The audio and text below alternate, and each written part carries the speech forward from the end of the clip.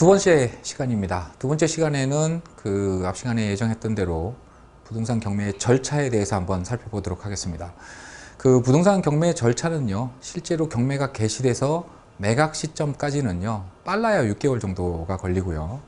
긴 거는 5년까지 걸리는 것도 있습니다. 중간에 소송 사건이 끼어 있다든가 이런 경우에는. 근데 그런 경우에는 굉장히 좀 일반적이지 않은 경우라고 말씀드릴 수 있고요. 일반적으로는 6개월에서 1년 정도가 걸린다고 보시면 됩니다. 자, 일단은 채권자가 그 부동산에서 대해서 경매를 신청하게 되면은요, 법원이 제일 먼저 하는 거는 부동산 경매 개시 결정을 합니다. 개시 결정.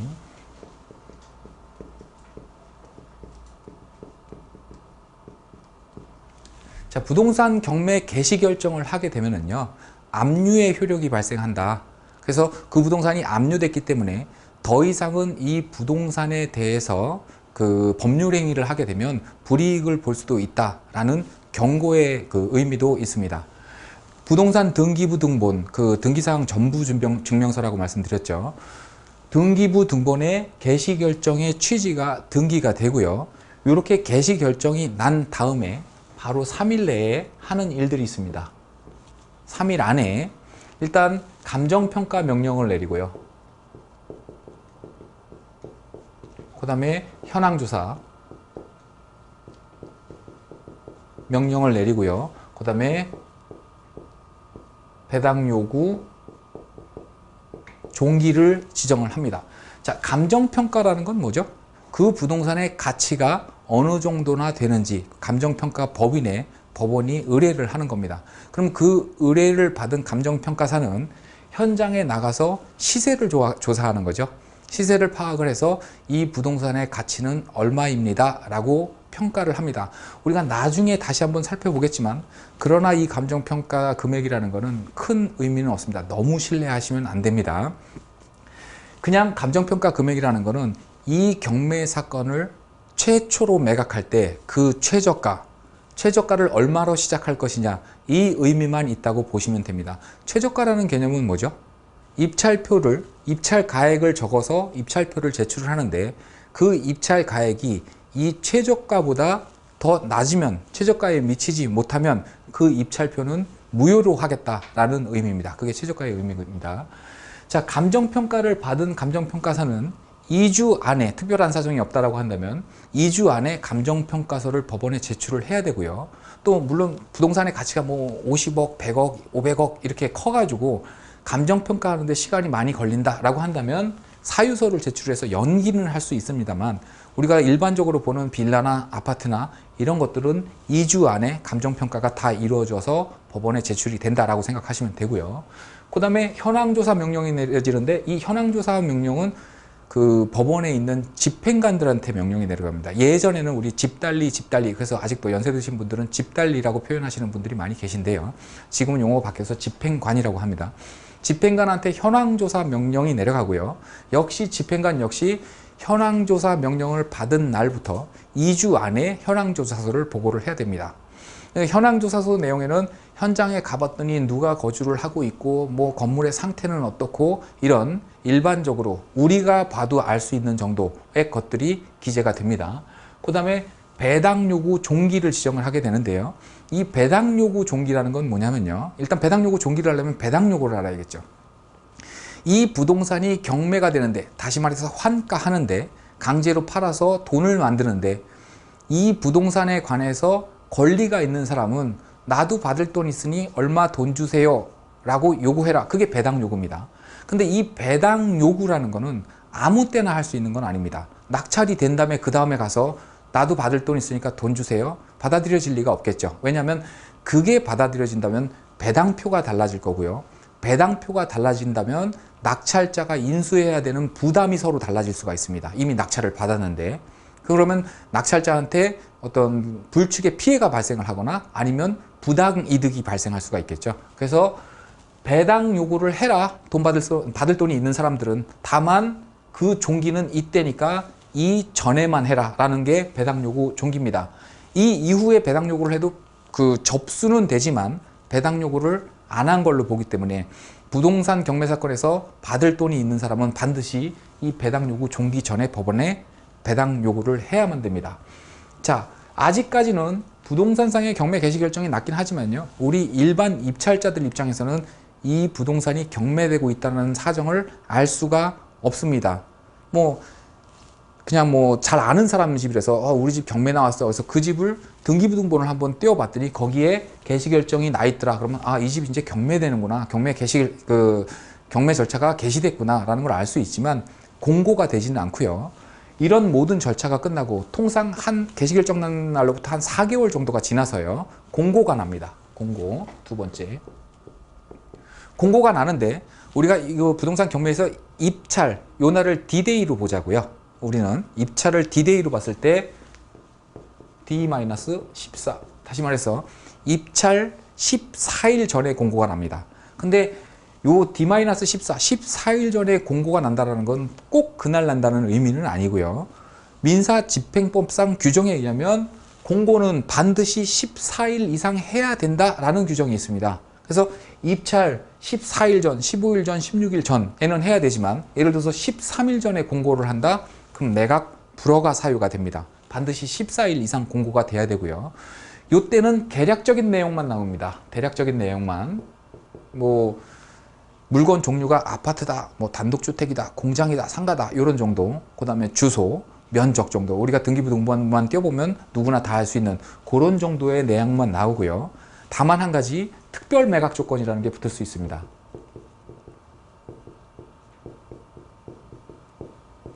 자, 특별 매각 조건은 아주 주의 깊게 살펴봐야 되는 건데요.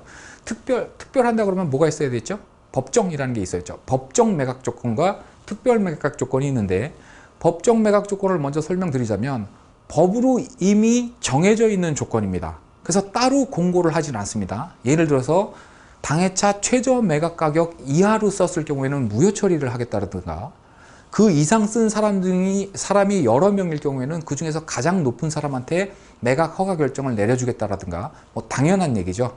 이게 이미 법으로 정해져 있는 매각 조건이고요. 그래서 법정 매각 조건이라고 얘기를 하는 거고요. 별도로 공고하지 않습니다. 그러나 이런 법정 매각 조건 외로 이 경매 사건에 한해서 특별히 좀 별도의 조건을 붙일 필요가 있다라는 것은 법원이 정할 수 있고요. 그 정해진 조건이 바로 특별 매각 조건이 되는 겁니다. 자, 특별 매각 조건의 의미가 이렇다 보니까요, 특별 매각 조건은 어떤 것이 특별 매각 조건이다 라는 것이 정해진 바가 없습니다. 판사가 판단해서 이런 조건을 좀 붙일 필요가 있겠다 라면 다 특별 매각 조건이 있습니다. 다만 가장 우리가 흔히 볼 수 있는, 가장 자주 발견되는 특별 매각 조건의 유형 몇 가지만 좀 살펴보겠습니다. 첫 번째는 뭐가 있냐면요, 보증금 인상, 이런 게 있습니다. 자, 입찰 보증금은요, 우리가 입찰할 때 보증금, 우리가 일반 매매를 했을 때의 계약금의 개념입니다. 보증금을 입찰 봉투 안에 같이 동봉해서 제출을 해야 되는데요. 그러면 그 입찰 보증금을 얼마로 할 것이냐? 일단 법정 매각 조건으로는요, 당해차 최저 매각 가격의 10%입니다. 예를 들어서 10억짜리가 서울 같은 경우에는 한 번 유찰이 되면 8억으로 20%가 차감이 되거든요. 8억으로 떨어집니다. 그럼 당해차 매각 최저 매각 가격은 8억이 되고요. 그 8억의 10%인 8천만 원, 이게 그 입찰 보증금이 됩니다. 꽤 오래전에는 2002년도에 그 민사소송법에서 민사집행법으로 개정이 되기 전에는, 민사소송법 때는 자기가 써내는, 예를 들어서 최저가가 8억이라고 하더라도 내가 입찰 가액을 9억을 쓴다라고 한다면 자기가 써내는 금액인 9억의 10%, 즉 9천만 원을 보증금으로 제공을 했었어야 되는데요. 민사집행법으로 법이 개정되면서 내가 얼마를 쓰든 상관없이 당해차 최저가의 10%만 입찰 보증금으로 제출하면 됩니다. 그렇게 되는데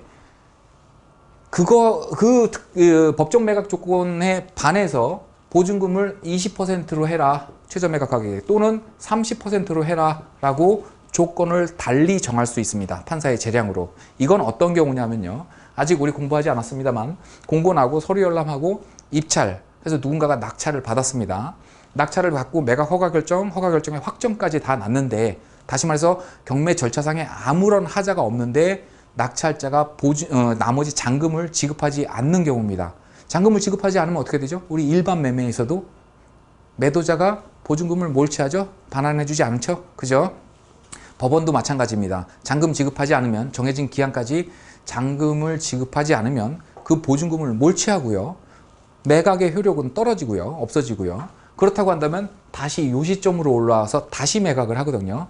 이럴 때 법원이 자, 이거는 아무런 절차상의 하자가 없었는데도 불구하고 잔금을 납부하지 않은 거다.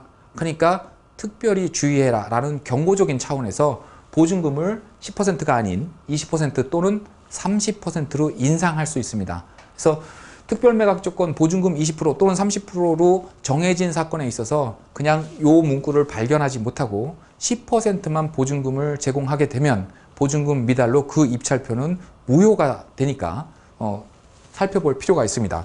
이런 특별매각조건이 하나 있고요. 또 많은 분들이 질문을 하는 건데요. 농지취득 자격증명이라는 게 있습니다. 줄여서 농취증 이렇게 얘기를 하는데요. 정식 명칭은 농지취득 자격증명 이렇게 얘기를 합니다. 말이 농지취득 자격증명이니까 모 매각사건, 어떤 부동산 매각사건에 이런 특별매각조건이 붙을까요? 네, 당연히 농지겠죠. 그죠? 일반 토지, 대지라든가 공장용지라든가 학교용지, 하천, 국어 이런 게 매각될 때는 이런 특별매각조건이 붙지를 않는데요. 대한민국에는 농지법이라는 법이 별도로 있고요. 그 농지법에서 규정을 하고 있습니다. 농지는 그 자격이 있는 사람만 소유할 수 있다라고. 그래서 그 자격을 증명하는 서류가 바로 농취증이고요. 이 농지취득 자격증명을 제출하라는 특별매각조건이 붙게 되면은요. 낙찰 받은 날 일주일 후에 매각 허가 결정이 나는데 좀 이따 공부할 겁니다.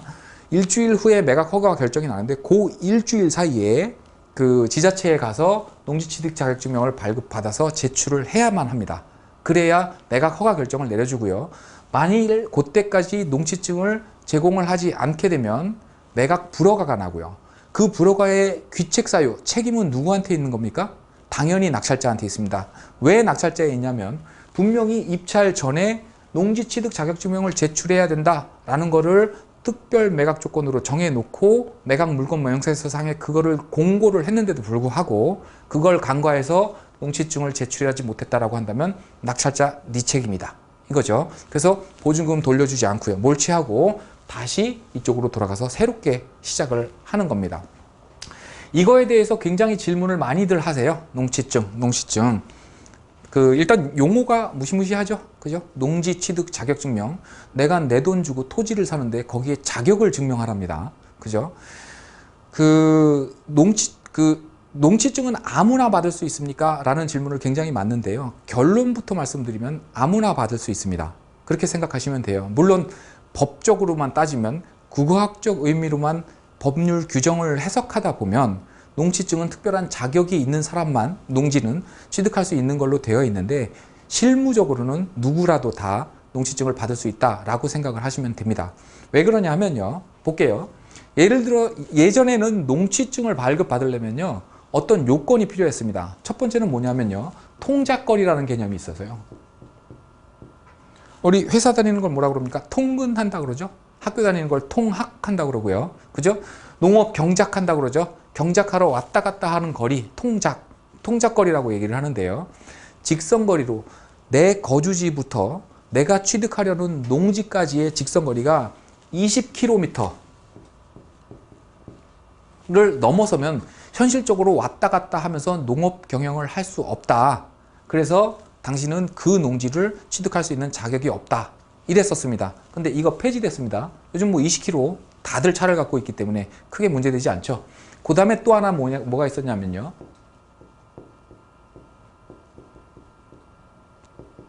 시골에 가면 농지위원이라는 분들이 계십니다. 지금도 계세요. 이 농지위원 분들이라는 건 주로 전 현직 이장님들이 직책을 맡고 계신데요. 그 마을에 농지위원 2명의 동의서가 첨부가 됐었어야 됩니다. 그러니까 그 마을 사람들이 당신은 우리 마을에 들어와도 돼. 사실상 그 허가권을 갖고 있는 거죠. 그죠? 그래서 예전에는 경매 낙찰 받고 아니면 또 일반 매매로 계약서를 작성하고 그 마을을 찾아갑니다. 그래서 농지위원분들을 찾아가서 위원님 제가 이 동네에 지금 농지를 하나 낙찰을 받았는데 또는 매매 계약을 작성을 했는데 농지위원님의 동의서가 있어야 그 농지취득 자격증명을 발급받을 수 있고 그래야 소유권 이전 등기가 가능합니다. 그러니까 도장을 좀 찍어주세요 라고 부탁을 합니다. 그럼 이 농지위원 분들이 물론 다 그런 건 아닙니다. 위아래로 훑어보죠. 이렇게 위아래로 한번 훑어보다가 조용히 말씀하십니다. 에이, 당신은 우리 마을에 와서 농사 질 사람 아니니까 괜히 마을 들어와서 물을 흘리지 말고 그냥 돌아가 그럽니다.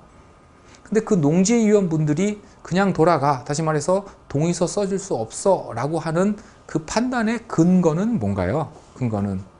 그 근거가 모호한 겁니다. 남자 같은 경우에는 아주 중형 고급 자동차를 타고 왔다든가 뭐 반짝반짝 빛나는 구두를 신고 넥타이를 메고 왔다든가, 여자인 경우에는 뭐 입술 새빨갛게 립스틱 바르고 하이힐 신고 그러고 왔다라든가. 근데 대한민국 어느 법에 농민은 하이힐을 신으면 안 된다, 입술을 빨갛게 칠하면 안 된다라는 법이 있습니까? 없잖아요. 그런 법이 없는데도 불구하고 정작 농지위원분들은 그걸로 판단을 했다라는 거죠. 그러니까 이게 너무 상대적이다, 공평하지 못하다. 또 거기서 끝나는 게 아닙니다. 그렇다고 해서 도장 안 찍어준다고 해서 그냥 돌아옵니까? 우리나라 사람들이? 아니죠. 안주머니에서 못 꺼내죠. 못 꺼냅니까? 봉투 꺼냅니다. 농지위원님 잘 좀 봐주세요. 그러고 줍니다. 그러면 농지위원이 그러면 와서 물을 흘리지 말고 잘해봐. 그러고 그때서야 비로소 도장을 찍어주는 거예요. 그럼 결국에는 농지 취득을 할 수 있는 자격을 입증하는 서류인데 그 기준도 모호할 뿐만이 아니라 아주 검은 거래만 조장하고 있는 규정이다 해가지고 이것도 지금 폐지가 됐습니다. 결국에는 지금은 농지 취득 자격 증명은 신청하면 누구나 발급이 가능해요. 물론 우리나라 농지법 6조에는 뭐라고 규정이 되어 있냐면 농지는 자기의 농업 경영에 이용하거나 이용할 자가 아니면 이를 소유하지 못한다 이렇게 규정되어 있습니다. 결국에는 농업 경영에 이용하거나 농민이죠. 그죠? 이용할 자, 농민이 아닌 자죠. 둘 다 아닙니까? 그죠? 결국에는 조금 우스갯소리로 말씀드리면 농지 취득 자격증명을 발급받으러 가서 취득 목적에다가 부동산 투기 이렇게 쓰면 못 받습니다. 근데 그렇게 쓰지는 않고 다 농업 경영으로 가겠죠. 자, 농지 취득 자격증명을 신청을 할 때는요, 기준이 있습니다. 이건 법으로 정해준 건데요. 그 면적이 1000제곱미터, 1000제곱미터를 넘어가게 되면요, 취득 목적에다가 농업 경영으로 하셔야 되고요. 이거보다 이하일 경우에 뭐 999제곱미터라든가 이하일 경우에는 주말 영농 체험으로 신청하시면 됩니다. 주말 영농 체험으로 신청한 경우에는 그 담당 공무원은 이틀 안에 농지 취득 자격증명을 발급해 줘야 하고요. 농업 경영으로 신청할 경우에는 4일 안에 발급해 줘야 됩니다. 만약에 그 기간 안에 발급을 안 해준다라고 한다면 발급을 거부하는 사유, 정당한 법률적인 정당한 사유를 얘기를 해줘야 됩니다. 당신은 이렇기 때문에 농지취득 자격증명을 발급받을 수 없습니다. 이렇게. 그러니까 결국에는 농지취득 자격증명은 다 받을 수 있습니다. 다만 여러분들이 조심해야 될 건 뭐냐면요, 그 취득하는 농지가 물리적으로 농사를 지을 수 없는 현황일 때는 농지취득 자격증명을 발급받을 수가 없습니다. 어떤 경우가 있냐면요, 토지가 있습니다. 예전엔 전이었어요. 이게 밭이죠, 밭. 근데 이 소유자가 이 위에 건축 허가를 받아서, 개발행위 허가를 받아서 건축을 합니다. 그러면 그 절차가 어떻게 되냐면요, 토지에 대한 개발행위 허가 받고요, 개발행위 허가가 나면 그거에 의해서 착공 들어가고요, 착공한 다음에 완공됩니다. 완공이 되면 사용승인, 예전에 우리가 준공이라고 얘기했던 게 그건데요, 이것도 역시 용어가 바뀌어가지고 지금 사용승인으로 바뀌었습니다. 준공 검사를 받고요, 그 준공검사, 준공필증이 첨부돼서 토지 이동신청, 지목변경이라고 그러죠. 이거를 대지로 바꾸는 겁니다. 그러니까 개발행위의 제일 마지막 단계에 지목변경이 있는 거예요. 근데 시골 분들 중에서 많은 분들이 뭐 건축 허가를 받지 않으면 건축 허가를 못 받으니까, 건축 행위를 할 수가 없으니까 허가 받고 준공검사를 받지 않으면 입주가 불가능하니까 입주하기 위해서 준공검사까지 받고요. 그 다음에 맨 마지막으로 요 지목이 전인 것을 대지로 바꾸는 이 절차를 생략해 버립니다. 뭐 등록세도 들어가고 비용이 이렇게 많이 들어가는 건 아닌데 어찌됐든 이미 다 모든 게 불편한 게 없어졌으니까 대지로 바꾸는 절차를 진행하지 않습니다. 자, 이런 상태에서 이 주택이 경매에 나왔다라고 본다면 우리 농지법에서는 지목이 전답 과수원 또는 현황이 전답 과수원인 거는 다 농지로 본다라고 되어 있거든요. 이건 현황은 대지지만 지목은 뭐, 공부상의 지목은 뭐로 되어 있어요? 농지로 되어 있죠. 그러면 당연히 농지 취득 자격증명 제출하라는 특별 매각 조건이 붙을 거고요.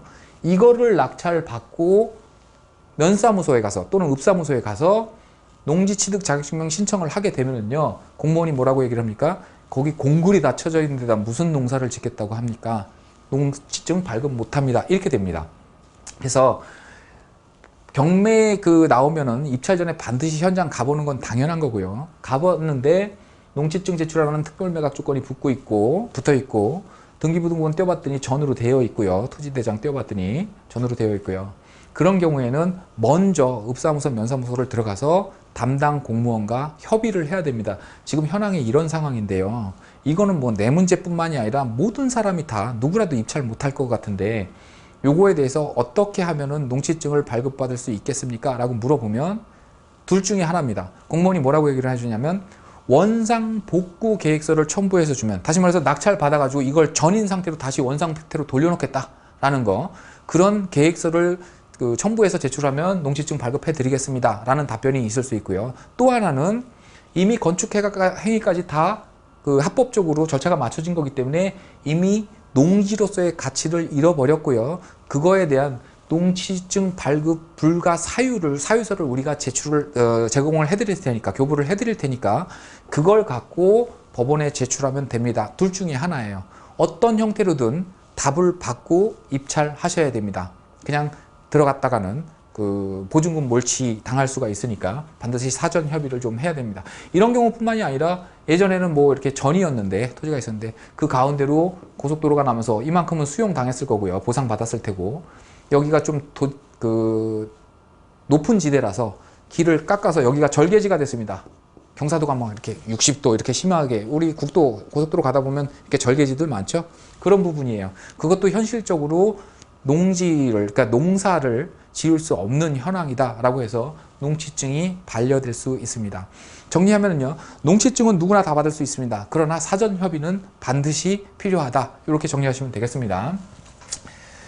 자, 그 다음에 7일이 지나면요, 이때는 지금 공고가 처음 났을 때는 대략적인 사항만 공고가 난다고 그랬죠. 이제 서류 열람이 가능한 시점이 있습니다.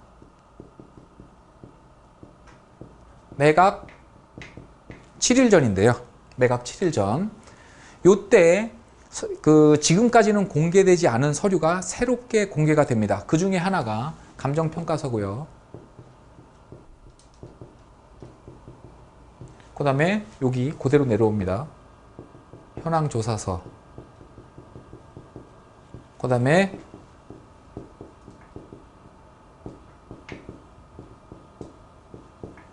매각물건 명세서. 이렇게 세 개는 꼭 보셔야 돼요. 근데 결론부터 말씀드리면 감정평가서는요, 반만 신뢰를 하십시오. 삼각형 드릴게요. 반만 신뢰를 하십시오. 무슨 얘기냐면 그 내용은 사실은 볼 게 없습니다. 물론 감정평가를 우리나라 4대 고시죠. 감정평가사 시험이 굉장히 어려운 공부입니다, 이게. 그래서 감정평가 방식에는 정해진 것들이 있어요. 무슨 방식에서 굉장히 복잡합니다. 그러나 현실적으로는요, 감정평가사들이 감정평가를 하는 가장 현실적인 방법은 뭐냐면요, 인근 부동산을 가서 아파트 지금 경매 나와서 그러는데요, 아니면 뭐 빌라 경매 나와서 그러는데요, 저거 시세가 얼마나 됩니까? 부동산 사무소에 물어봐요. 그럼 부동산 사무소에서 저거 얼마 정도 됩니다. 뭐 호가는 얼마인데 실제 거래는 이 정도 선에서 됩니다. 뭐 정보를 주겠죠. 그게 결국엔 감정평가 금액이 되는 게 현실이에요. 나머지 그 가격이 어떻게 나왔는지라는 조건이라는 것은 이 감정평가사들이 거꾸로 짜맞추는 이런 게 현실이거든요. 그러다 보니까 그 금액만 보고 그 금액이라는 건 여기서 설명드렸다시피 그냥 가장 1차 매각계획, 신건이라고 얘기하는데요. 1차 매각기일 날 그 금액이 최저 매각 가격이 되겠구나 라고 판단을 하시는 거고요. 그 금액대로 주고 사는 거는 의미가 없다라고 한다면 1차 때는 입찰을 안 하시고요. 유찰되기를 기다렸다가 2차 때 입찰을 해야 되는 그런 의미로만 갖고 계시면 되고요. 또 중요한 건 뭐냐면 요때부터 요때까지 얼마나 걸린다고 말씀드렸죠, 제가? 한 6개월 정도, 짧아야 5개월 정도가 걸린다고 말씀드렸고요. 5개월, 6개월, 요즘 같은 경우에는요, 지난 6개월 동안 아파트 가격이 굉장히 많이 상승을 했거든요. 제가 어저께 남양주 다녀왔는데, 아파트 때문에. 남양주의 아파트가 올 5월 달에, 그러니까 한 5, 6개월 전이죠. 그때 4억 초반대 하던 게 지금 5억 초반대 하더라고요. 그렇게 많이 올랐습니다. 그러면 그렇게 가격 변동이 심하게 날 수 있는 기간이라는 거죠. 6개월이라는 거는. 근데 6개월 전에 감정평가 이루어졌고 그게 지금 공개되는 거기 때문에 결국에는 가격은 그렇게 신뢰하면 안 된다라고 보시면 되고요. 자, 현황조사서라는 거는 절대 신뢰하지 마십시오. 무조건 거짓말이다라는 얘기는 아닙니다. 대부분 다 맞습니다. 그러나 그거를 신뢰하고 입찰을 했다가 피해를 볼 경우에는 누구도 책임을 져주지 않습니다. 이 현황조사는 여기서 법원이 집행관에게 현황조사 명령을 내린다고 했고요. 집행관이 현황조사를 나가는데 이때 집행관한테는 공권력이 없습니다. 문을 두들겼는데 분명히 안에 사람이 있는데도 불구하고 문을 안 열어줍니다. 강제로 열고 들어갈 방법 없고요. 결정적으로 중요한 건 집행관한테 사견, 개인적인 생각이죠. 사견이 있다고 하더라도 이 현황조사서에 그거를 반영하면 절대로 안 됩니다. 이거는 법이에요. 자, 문을 두들겼는데 안 나와요. 그래서 빌라 3층에 올라갔다가 내려오는데 거기 조그만 이렇게 옆에, 현관 옆에 할머니가 앉아 계십니다. 그래서 그 할머니가 심심하시니까 어떻게 오셨어요? 물어보겠죠. 그래서 여기 경매 나와서 와봤는데 지금 아무도 없네요. 그럼 이제 할머니가 대화하고 싶으니까 막 얘기를 합니다. 그분들은 일주일에 한 번씩 오고 밤마다 맨날 싸우고 별 얘기가 다 나와요. 그럼 밤마다 맨날 싸우는 얘기까지는 안 하지만 일주일에 한 번 온다고 함 옆집 할머니 말씀 이런 식으로 기재가 돼요. 그러나 그 문구에는 구속력이 없다라는 거. 그래서 현황조사서의 내용을 좀 검토를 하고요. 출력을 하시고요. 실제로 조사는 내가 현장을 나가야 되고요. 내가 현장에서 파악한 내용과 집행관이 현황조사 당시에 파악한 내용이 서로 일치하는지 판단하시고요. 일치하지 않는다고 한다면 누구 정보가 옳은지에 대해서 더 면밀히 검토를 해볼 필요가 있습니다. 그런 참고 자료로만 생각을 하셔야 되고요. 현황조사서는 절대로 여기에 이렇게 써 있으니까 그게 곧 사실이다, 신뢰하고 입찰을 했다가는 크게 낭패를 볼 수 있다는 것을 분명히 기억하고 계셔야 됩니다. 그 다음에 매각물건 명세서라는 게 있는데요. 이거는 100% 신뢰해도 좋습니다. 이거는 매각물건 명세서에 기재되어 있는 내용이 사실과 달라서 피해를 본다, 낙찰자가. 그럴 경우에는 매각 불허가 신청이 가능하고요. 매각 허가가 났을 경우에는 확정까지 났을 때도 그 매각 허가 결정 취소 신청까지도 가능합니다. 심지어는 결정적인 실수를 했다. 그럼 이 매각물건 명세서를 작성한 사무관이 있겠죠. 그 사무관을 상대로 손해배상 청구까지도 가능할 만큼 이 매각물건 명세서의 구속력이라는 것은 아주 확고한 겁니다. 그러니까 요거는 100% 신뢰, 현황조사서는 참고 자료로만 생각을 하시고요. 감정평가서는 이게 1차 매각 기일의 신권 최저가구나 라고 그런 의미만 두시면 될 것 같습니다. 자, 그 다음에 이제 본격적으로 D-Day죠, D-Day. 입찰 당일 입찰을 어떻게 해야 되는지 그거에 대해서 살펴봐야 되는데요. 시간이 다 됐으니까 그거는 세 번째 시간에 다시 한번 살펴보도록 하겠습니다. 수고하셨습니다.